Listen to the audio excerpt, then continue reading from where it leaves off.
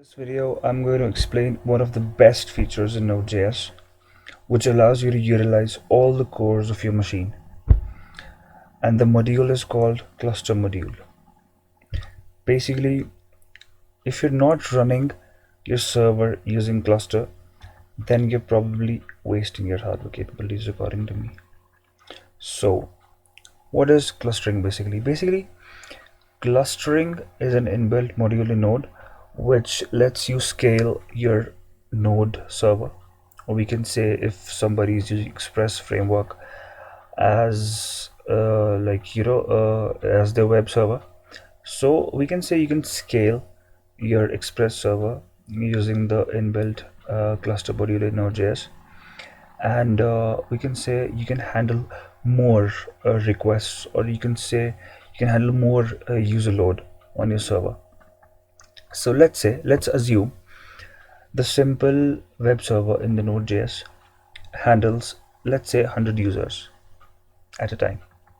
But if you're gonna use cluster module in your Node.js server, you'll be able to handle 4 or 6 times more than the normal Node.js server, and that too efficiently. And it's gonna make your web server performant. So let's just start this video with a plain simple node server. We'll say const http equals to require http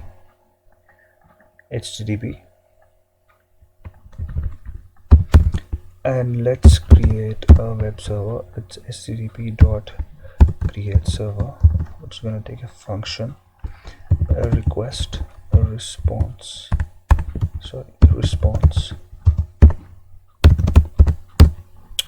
Alright, so we're gonna end this thing with it's end rest.end a template string. It's gonna say an h1 tag so that it's just visible to you guys, because the default text is really small and it's not visible. We'll say the server is running with, because I want a catch in here, and let's listen it on a port of 8000 with the listener function logging out server is listening. Alright, so this is a very basic web server in Node.js, and let's run the server, node server. The server is listening. So let me close the browser and open it again, and let's go to localhost 8000. Okay, the server is running with, so with what? I wanna log out the process dot pid here. So what is this process dot pid? It's just the process ID of the node server, which is allocated to it by the operating system. We can cross check it here in the task manager. We need to go to the details and look for node server. Here it is, 14292, and let's open the same URL with a different browser. Let's say localhost 8000.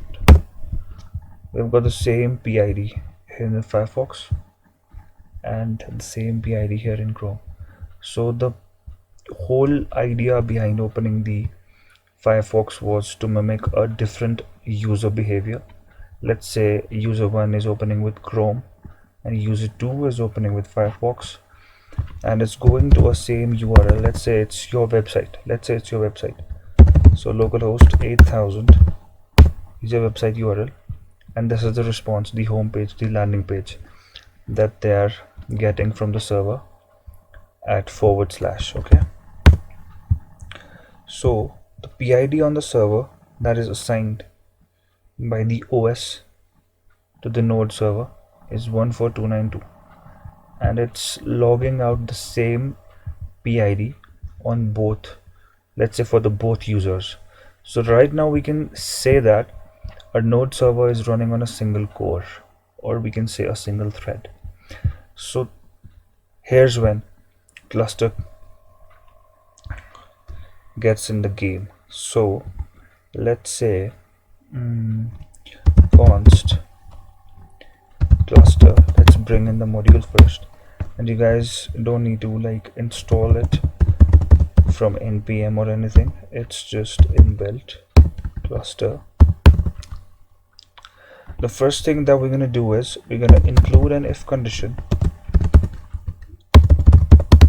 We got two cases. The first case is we're going to check cluster dot is master.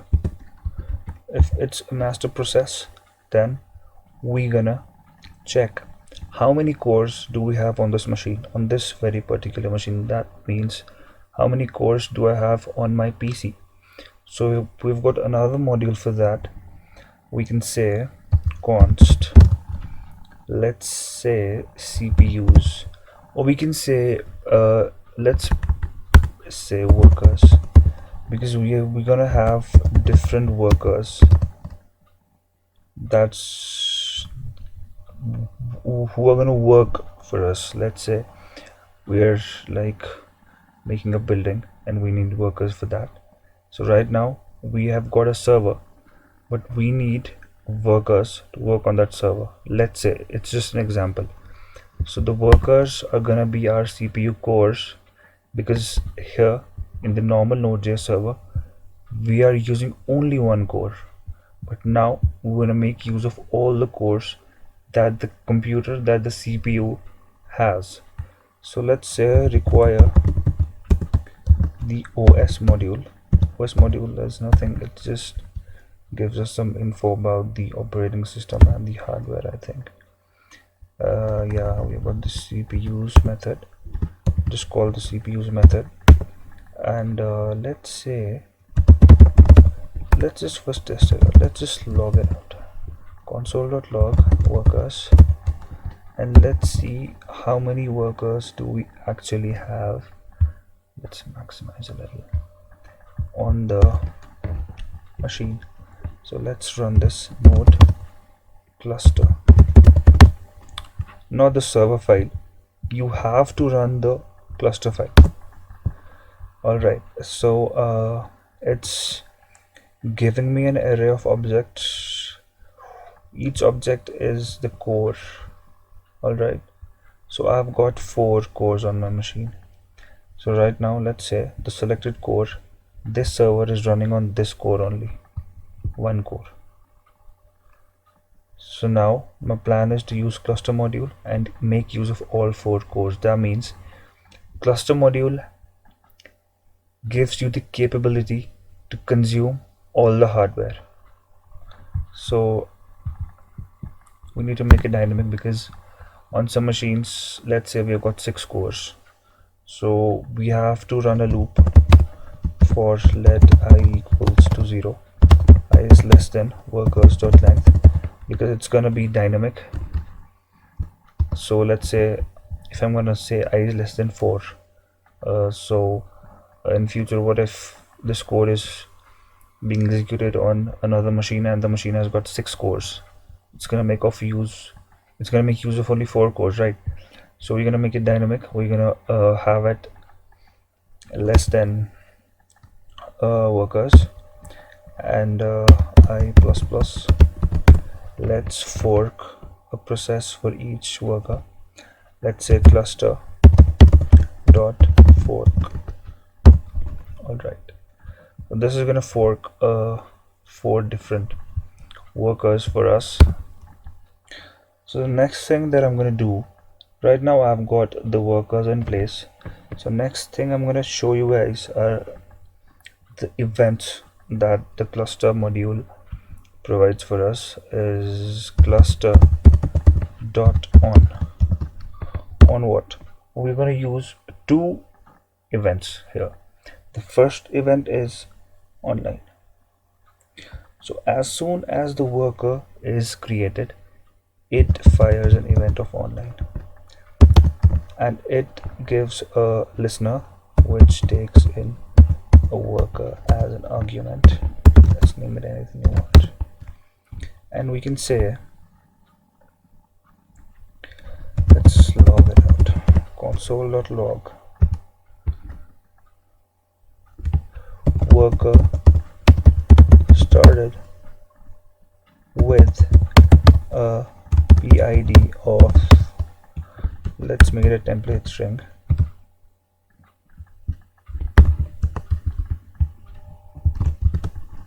let's say worker dot process dot PID. Let's save it. And the other one is, let's say this is fired on the worker creation, or we can say the birth of worker, and the other one is cluster dot on exit. This fires when the worker dies.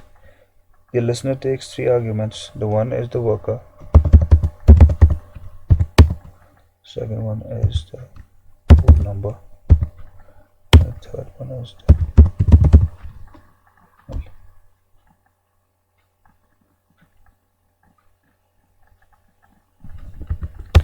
it's up to you if you guys wanna do this. I just wanna include all 3 of them because I want you guys to like get the full inside of it. You can just use the worker or exclude these 2. So on a death of, let's say some exception occurred in one of the workers and it died, so this fires when a worker dies. Alright, so the catch comes here. When the worker dies, we have got, let's say we have got 4 workers here, and in one of the worker, in one of the core, some code is being executed, and the code threw an exception which made it like a possible, there is a possibility that the worker will die. So we're gonna be left with only 3 cores, okay, because the 4th one has died. So the catch comes here. This is the only thing that makes your like Express web or Node web server scalable. We can say, let's say first the console.log the worker died. Let's make this a template string and log out the ID. Let's say worker.process.pid, worker.process.pid. So this will say the worker died. The worker died with a PID of, and here you can say a worker started with a PID of whatever the PID is. So now we can say, now when the worker will die, there will be a vacancy of 1 core. Let's say 2 workers died, so there will be a vacancy of 2 cores. So we want to fork for each death. That means we want to give birth to a new worker, the worker that just died. So we can say cluster.fork, because fork here creates 4 workers or 6 workers, or how many cores do we have, the core workers for us. And I forgot to mention the length here. So the length will be nothing but the 4 cores, so it will be 4. So cluster.onExit will fork a new process, or we can say a new child, or we can say a new worker for the one that died. Alright, so we have got the code in place, and in the else part I'm going to run the server. I'm just going to require /server. It's automatically going to listen So now, in the if somebody tells me to explain this thing in a layman's term, I'll say this line that I'm gonna say you guys is the best and the easiest way to understand the cluster module. It's like we have got 4 different servers running on the same port using cluster modules, and the 4 different servers will handle the load balancing and all the things efficiently. So let's see it in action. Let's clear it up. Let's say node plus, let's first run it node server. Okay, the server is listening, fine. So now let's run this node cluster. Okay, I just said 4 different servers running on the same port. If I'm gonna say server is listening on 8080, because that's the 8000, because that's the port that I have, I'm gonna have it like this. Server is listening on 8000 8000 8000 4 times, because I just told you that we've got 4 different servers by making the use of capabilities that the cluster module offers, and we have got 4 different workers, 4 different node servers running on the same port and the same machine with different PIDs. So let's just see that in action. Okay, all right. The first thing is 12788. I've got 12788 here, 18736, 154 something 24, yeah, 18900, yeah. So I've got 4 things, and the master one is also running. So let's access the server here. So I've got the server running on 12,788 PID, and if I'm gonna access the same thing through Firefox, mimicking the behavior of a different user, I'll get some other PID. See, the PID here is 18900, and on Firefox it's 12788. So it's sharing the PID. Can you see that? It's sharing the PID. So let's kill one server manually. Let's kill one, which is this one, 12788. Let's kill it. Let's kill 12788. Let's task process. Okay, see, the worker died with a PID of 12788.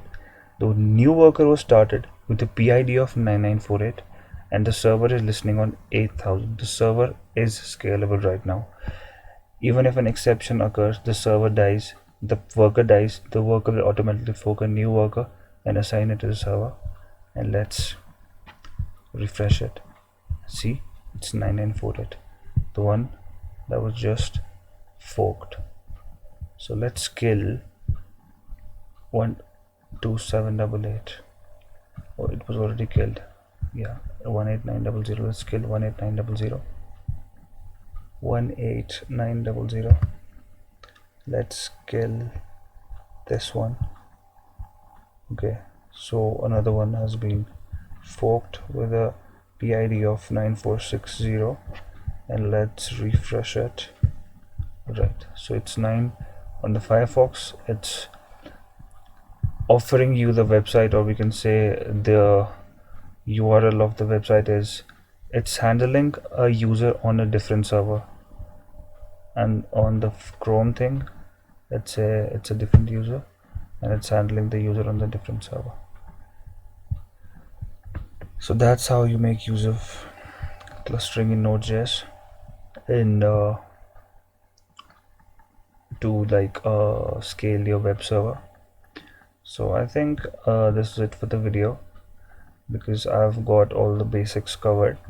You guys just experiment with it and see what else you can do with this thing. Just research it on Google and see what advantages does cluster provide, because cluster module provides a lot of other stuff that you can do with it.